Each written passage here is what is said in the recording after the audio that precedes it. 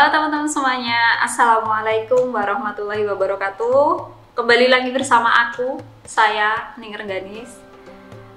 Kali ini kita langsung saja masuk ke bab-babnya kitab Safinatun Najah yang kemarin sudah saya perkenalkan kitabnya. Jadi langsung saja ya, yang pertama ini Bismillahirrahmanirrahim. Alhamdulillahirabbil alamin wa bihi nasta'inu ala umri dunya waddin wa sallallahu wasallama ala sayyidina Muhammadin khatamin nabiyyin wa alihi wa sahbihi ajma'in wa la haula wa la quwata illa billahil aliyyil azim. Alhamdu tawis kabehane puji iku lillahi kagungan Gusti Allah Rabbil alamin kang mangirani alam kabeh. Wa bihi lan kelawan Gusti Allah nasta'inu nyuwun tulung sapa kita ngala umri dunya ing atase perkarane dunya watini lan agama.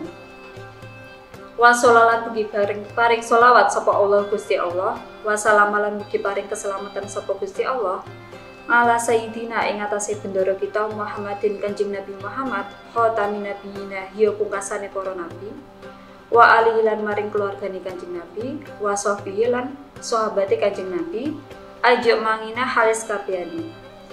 Wala haula lan ora ana daya iku maujud, wala kuwata lan ora ana kekuatan iku maujud illa kejaba billahi saking Gusti Allah kelawan Gusti Allah al aliyyi kang luhur al ngadimi kang agung, yang artinya dengan menyebut nama Allah yang Maha Pengasih lagi Maha Penyayang, segala puji bagi Allah Subhanahu wa taala, Tuhan seluruh alam.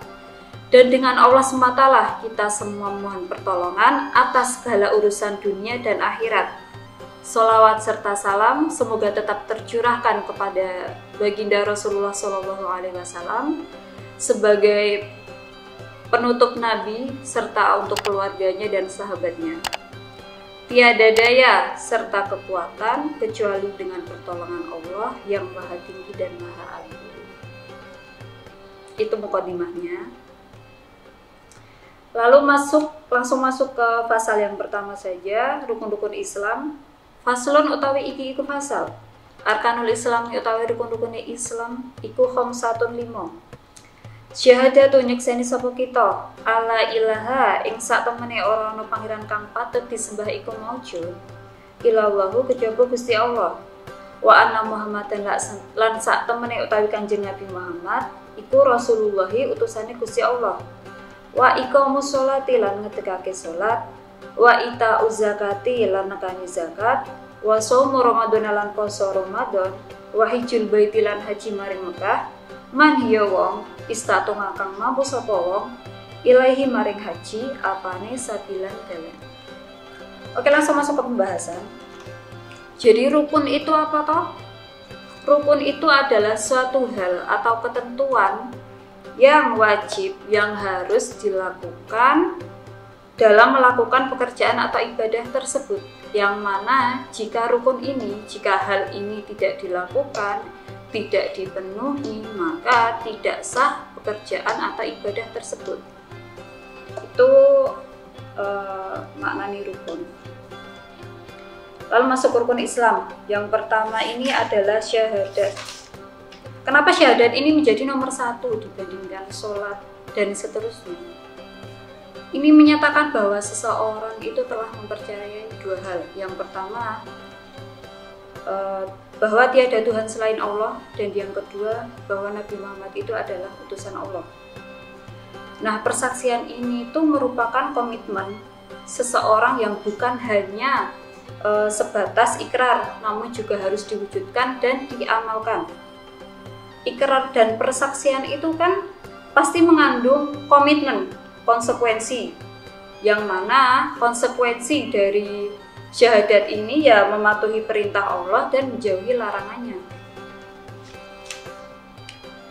Lalu apakah persaksian ini itu harus dilafadzkan dan diyakini atau diyakini saja tanpa dilafadzkan? Para ulama berpendapat. Pendapat yang pertama itu, jika orang meyakini saja tanpa melafadzkan, padahal dia itu orang yang normal, yang lisannya dapat berbicara, maka orang tersebut tidak bisa dikatakan sebagai orang mukmin atau masih kafir. Sedangkan urusan dia di hadapan Allah adalah hak prerogatif yang tidak bisa dihukumi. Lalu pendapat yang kedua, ini dari sebagian besar ulama dan Imam Abu Mansur Al-Maturidi, bahwa orang tersebut sudah termasuk orang yang mukmin. Sebab pengucapan syahadat itu hanya untuk memenuhi persyaratan administrasi negara saja. Misalkan pas menikah atau pembagian harta warisan yang pasti dari keluarga muslim. Lantaran menikah dan sebagainya tersebut itu adalah hal yang tidak bisa dijalankan kecuali setelah adanya ucapan persaksian tersebut kepada pihak yang berwenang seperti pemimpin negara dan sebagainya. Karena persaksian itu adalah sumpah, seperti itu. Nah, pendapat yang kedua ini juga didukung oleh Imam Ghazali, Imam Ibnu Rushdi dan juga Ibnu Arafah. Ibnu Rushdi pernah berkata, karena keislaman seseorang yang tertanam di dalam hati itu adalah keislaman yang hakiki. Jika ia mati sebelum sempat mengucapkan syahadat sebagai persaksiannya, maka ia mati dalam keadaan mukmin. Seperti itu pendapat yang kedua. Nah, yang ketiga ini kebanyakan dari ulama salaf seperti Imam Abu Hanifah dan Imam Syafi'i. Orang tersebut belum bisa dikatakan mukmin. Sebab pengucapan dan persaksian dengan lisan itu sebagian dari iman atau rukun iman. Lalu bagaimana jika kasusnya kan semua orang di dunia ini tidak ada yang normal semua seperti kita misalnya. Bisu misalnya kan tidak memungkinkan untuk bisa mengucapkan atau karena mendadak mati. Nah, maka ulama bersepakat bahwa pengucapan dengan lisan tersebut tidak diwajibkan atau gugur kewajibannya. Itu untuk yang pertama syahadat. Lalu yang kedua wa iqamus shalat, lan ngetekake salat, mendirikan salat. Apa yang membedakan orang kafir dan muslim? Ya salat itu. Tanpa sholat yang lain tidak sah, amalan-amalan yang lain tidak sah. Di sini sholat yang wajib itu ya 5 waktu itu, duhur, asar, maghrib, isya, dan subuh. Sholat itu tiangnya agama. Jika tidak sholat, maka tiang ini akan roboh. Begitu juga dengan Islam, bisa ambruk, bisa roboh dengan hilangnya, dengan tidak melaksanakannya sholat. Maka sholatlah sebelum kamu disolatkan. Itu untuk pembahasan yang sholat. Lalu yang ketiga wa ita'uz zakati, lan akan zakat. Yang ketiga menunaikan zakat. Ada zakat fitrah, ada zakat mal yang telah ditentukan oleh syariat berupa harta, yaitu onta, sapi, kambing, emas, perak, dan sebagainya yang dibagikan kepada 8 kelompok mustahik zakat.